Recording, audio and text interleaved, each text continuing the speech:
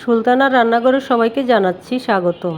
আজকে আমি রান্না করব কাঁকরোল দিয়ে মুরগির মাংসের ঝোল।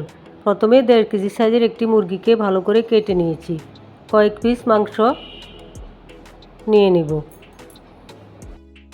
মাংসগুলি ফ্রাই প্যানে চুলায় বসিয়ে দিয়েছি। এরপর 3-4টে তেজপাতা, 4টে এলাচ, 2 টুকরো দারচিনি, 1 চামচ লবণ, 1 চামচ হলুদ, 1 চামচ মরিচ, 2 চামচ জিরা ধনিয়ার গুঁড়ো, 1.5 চামচ রসুন বাটা, 1.5 চামচ আদা বাটা, হাফ কাপ পেঁয়াজ কুচি দিয়ে ভালো করে নেড়ে চেড়ে নিব। পরিমাণ মতো তেল দিয়ে দিব। আবারও নেড়ে চেড়ে নিব।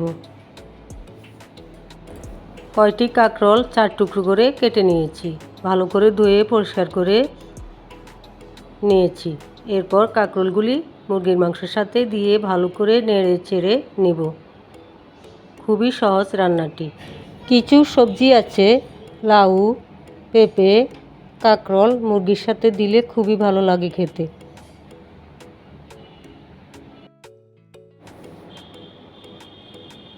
এইভাবে কিছুক্ষণ কষিয়ে নেব। আবারও নেড়ে চেড়ে নেব।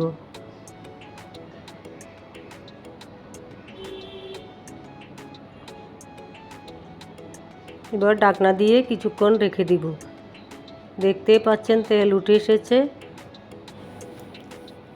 এরপর ভালো করে নেড়ে চেড়ে আরেকটু কষিয়ে নিব। খুবই সহজ এবং খুবই মজার একটি খাবার।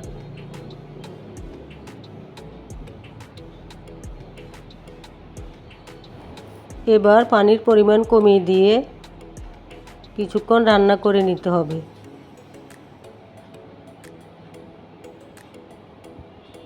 কাঁকরোলটি সিদ্ধ হয়ে এসেছে।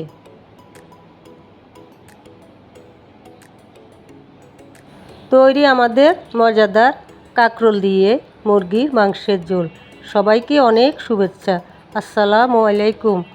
সবাই ভালো থাকবেন। আল্লাহ হাফেজ।